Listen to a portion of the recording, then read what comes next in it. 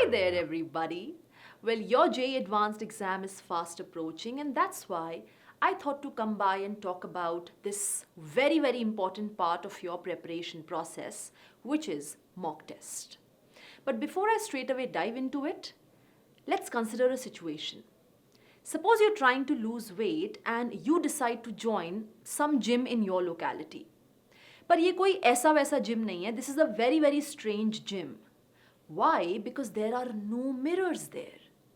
You are all alone in the gym. There is nobody else working out.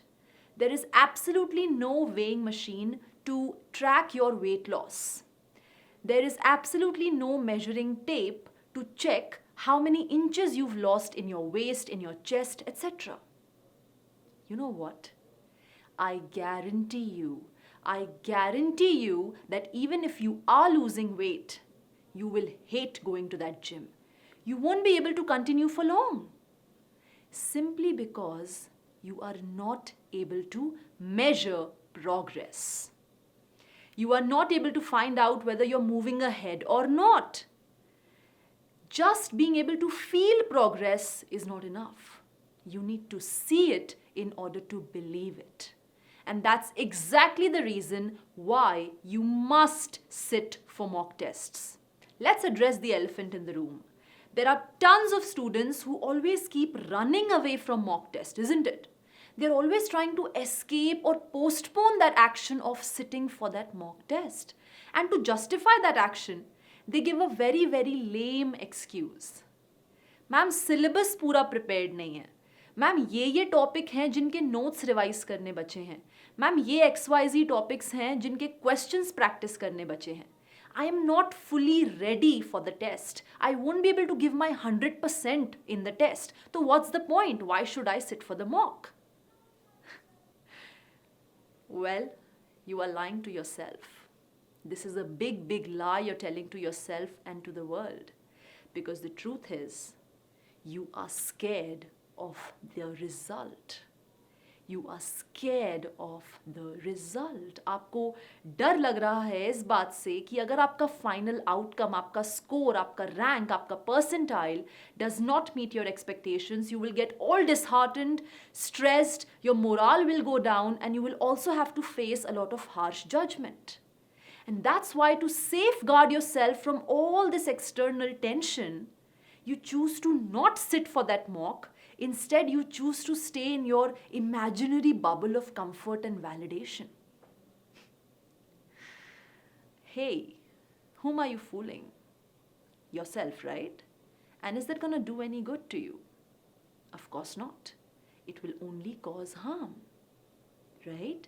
So, are we stupid to sign up for something which we already know is going to harm us in the long run? No, right? तो खुद से झूठ बोलना बंद करो. ये पसंद नापसंद के चक्कर में फंसना बंद करो.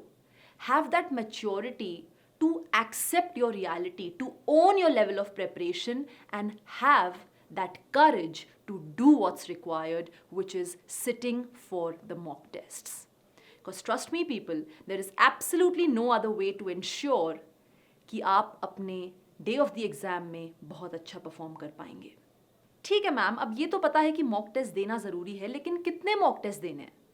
भाई इतने कम दिन बचे हैं, यू मस्ट टारगेट एटलीस्ट 2 mock tests per week. Yes, and needless to say, they must simulate your actual exam environment. Level of the paper should be as that of JEE Advanced. The time slots in which you are sitting for the paper should be duplicate of that of JEE Advanced. And you should be taking the paper without any distraction whatsoever. होता क्या है ना कि जब आप इतनी लंबी sitting लगा के पेपर देते हो, that two of the level, the difficulty level of JEE Advanced, what happens is आपको अपना मेंटल मैकेनिज्म और अपना फिजिकल मैकेनिज्म समझ आता है कि कितनी देर बाद आपका स्टैमिना ड्रॉप हो रहा है, कितने घंटों बाद आप मेंटली एग्जॉस्ट हो रहे हो, टायर्ड हो रहे हो, थक रहे हो और गिव अप मोड में आ रहे हो. इन सिचुएशंस में what helps is, number 1, getting hydrated. 2 घूंट पानी पीने से भी इमीडिएट ऑक्सीजन जाता है ब्रेन को, and what happens is you start feeling energised on the spot. Another thing which helps a lot is breathing exercise. 4 counts, breathe in, 4 counts, breathe out. Do this a couple of times and trust me, what will happen is that anxiety levels are going to go down. There will be clarity in your thoughts and you will be able to focus better. So while taking mock tests, keep these things in check. But let me tell you, to ensure that exponential growth in your performance, just taking a lot of mock tests is not enough. What you have to additionally do is, after each mock test, sit with it and thoroughly and deeply and truly analyze it. पर ma'am analysis करते कैसे हैं mock test का? That's the final and that's the ultimate and that's the main question. Let's attack it. सबसे पहले तो जो भी मॉक टेस्ट आपने दिया उसके बाद आप सबसे पहली चीज अपनी जो देखते हो वो है आपका स्कोर, आपकी rank. That's obvious. But that will give you a true picture of the status of your preparation only when it has been taken by a lot of students. But here's a disclaimer. To get that exponential growth in your performance, just taking a lot of mock tests is not enough. What you must do additionally is, after every mock test, sit with it and very thoroughly, very deeply and very honestly analyze it. अब question ये उठता है कि ma'am mock test को analyze करें कैसे, how to do that analysis, and that's the main, the ultimate, the final question that we want to address. So let's start. सबसे पहली चीज, जैसे ही आप मॉक टेस्ट देते हो, what you are interested in is your rank, is your score. That's obvious. But that number that you are getting, it will give you a true measure of your performance. It will show the real picture of the status of your preparation if and only if that test has been taken by a lot of students.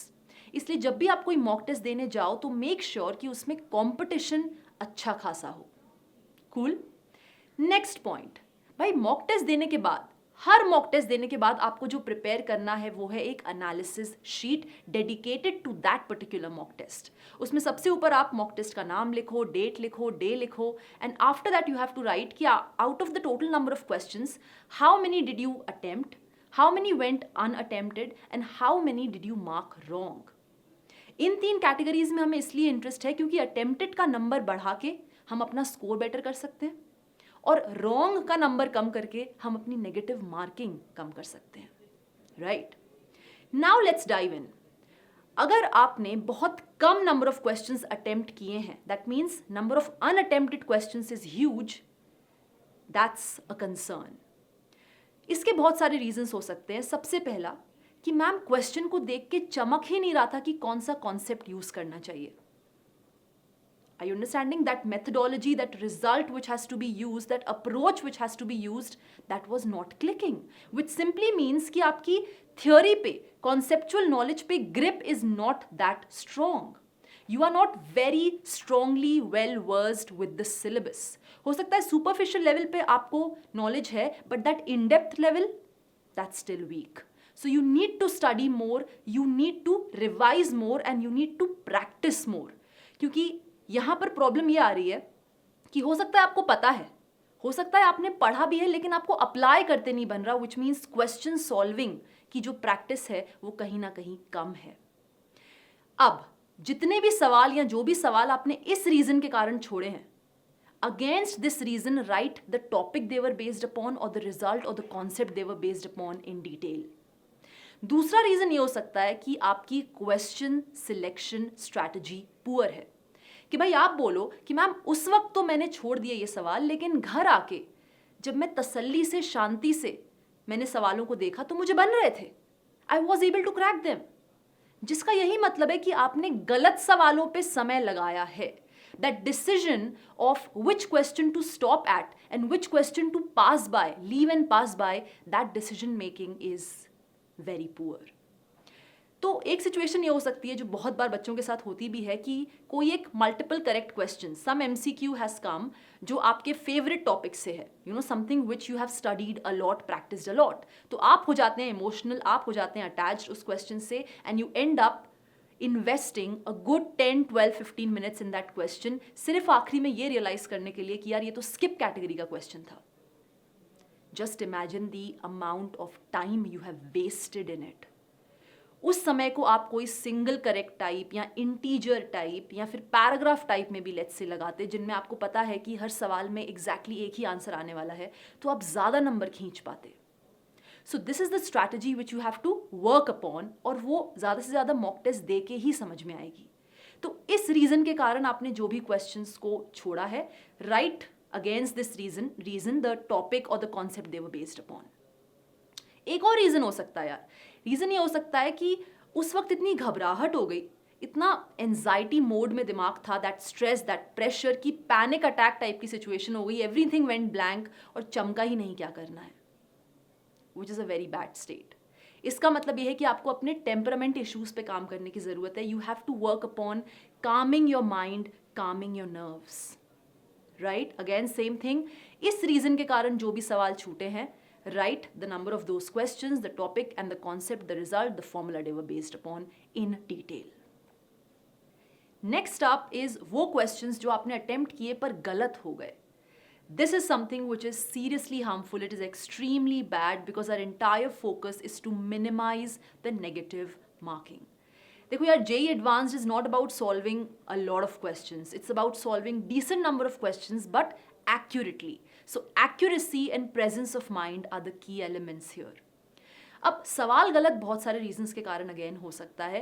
एक चीज़ है कि यार concept गलत लगा दिया, result गलत लगा दिया, ठीक है, द डायरेक्शन ऑफ थॉट उसमें एरर था, सो this is conceptual fault, right. दूसरा रीज़न ये हो सकता है कि सिली मिस्टेक हो गई, ठीक है, 2 की जगह 3, प्लस की जगह माइनस. या हो सकता है कि सवाल में कोई डेटा पॉइंट गिवन था, कोई एक पीस ऑफ इन्फॉर्मेशन गिवन थी जिसको सोल्यूशन में कंसिडर करना ही भूल गए क्योंकि दिखा ही नहीं हड़बड़ी में, right. That's again silly. That simply implies कि there is lack of concentration, lack of focus. एक और रीज़न हो सकता है कि ओवर कॉन्फिडेंट हो गए और गेसवर्क, तुक्का मार के आए, विच बैकफायर्ड. एक और reason which is so common ये हो सकता है कि जैसे ही आप उस स्टेप तक पहुंचे जिसके बाद आपको रियलाइज हुआ कि now there is heavy calculation involved, you got scared, you became hopeless and you gave up. ये सिर्फ तब होता है जब आपको क्वेश्चन को एंड तक सॉल्व करने की प्रैक्टिस नहीं होती है. So that's a major take away for you, क्योंकि आप इस पे काम करके नेक्स्ट मॉक में इंप्रूव करने का एम कर सकते हो. And specially this category, if this is the reason, write against it the topic of the questions जिनके साथ ऐसा हुआ है. ऑल राइट, एक बार आपने अपना subject wise, topic wise in depth analysis कर लिया, next what you have to focus on is the overall analysis of the paper. देखो यार, जैसे जैसे आप मॉक टेस्ट दोगे आपको एक पर्सनलाइज्ड स्ट्रैटेजी समझ आएगी जिसको अडॉप्ट करके आपको फाइनल डे पे पेपर देना है. आपको ये समझना है कि यार इंडिविजुअल सब्जेक्ट को अटैक करके ज़्यादा नंबर आ रहे हैं क्या.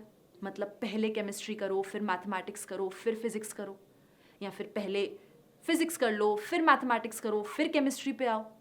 या फिर this is working out for you कि आप पहले अक्रॉस सब्जेक्ट्स के सारे इजी क्वेश्चंस टारगेट करते हो, फिर मीडियम लेवल क्वेश्चंस करते हो. Is this working out for you better, और इज इट लाइक आपने सपोज केमिस्ट्री से शुरू किया, जैसे ही आप अटके then you are switching the subject, mathematics पे आ गई, आपको जितना मैथमेटिक्स बन रहा है, जैसे ही अटके फिजिक्स पे आ गए, so you are toggling between subjects. Is that working out better for you? So this is something which is very very important to figure out कि what works out for you the best, because one size fits all नहीं चलता बच्चे. It's hashtag you do you. आपको ये ढूंढना है कि आपके लिए, आपकी परफॉर्मेंस को एम्पलीफाई करने के लिए what is working out best, और वो सिर्फ आप ही जज कर सकते हो. Nobody can tell you. You are your own teacher, you are your own student, ठीक है. That's the first thing.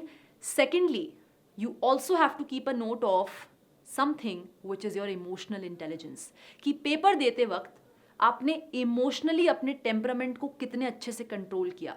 क्या आप पैनिकी स्टेट में ज़्यादा आए, क्या आप ज़्यादा एंशियस हुए और उस चक्कर में आपसे गलतियां हुई. So what was your temperament throughout the paper is something which you have to keep a note of, क्योंकि आपको इस पर काम करना पड़ेगा. JEE Advanced is too much a mind game, too much a mental game, okay. And you have to master your nerves after mastering the content knowledge, ठीक है.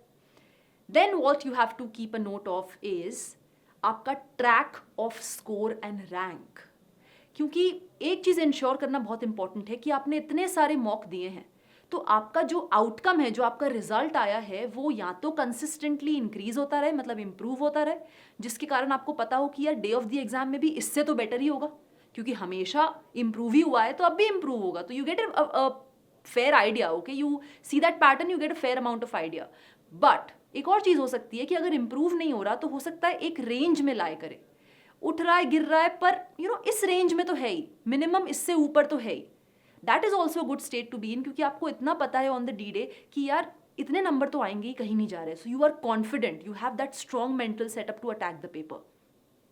पर ये नहीं होना चाहिए कि किसी पेपर में बहुत कम स्कोर आ रहा है, किसी पेपर में बहुत ज़्यादा स्कोर आ रहा है, क्योंकि इस सिचुएशन वाला बच्चा ना बहुत कंफ्यूज्ड स्टेट में पेपर देने जाता है. वो हमेशा सेल्फ डाउट करता रहता है, सेकंड गेस करता रहता है, और उससे सिर्फ और सिर्फ परफॉर्मेंस बहुत ज़्यादा हैम्पर होती है. So that doesn't help. इसीलिए रेगुलरली मॉक टेस्ट देना ज़रूरी है, और बहुत ज़्यादा मॉक टेस्ट देना भी इसीलिए नहीं चाहिए क्योंकि आपको सिर्फ देने नहीं है यार, आपको उनको बैठ के एनालिसिस भी करना है, जिसमें टाइम लगता है और बहुत सारी ऑनेस्टी लगती है. And with that it's a wrap guys. Keep in mind, pain plus reflection is equal to progress. Pain is your low score in the mock test, reflection is the analysis, and progress is the awesome rank and the awesome score that you will definitely get after that. On this note, it's me, Bhumika, signing off. All the very best. Take care.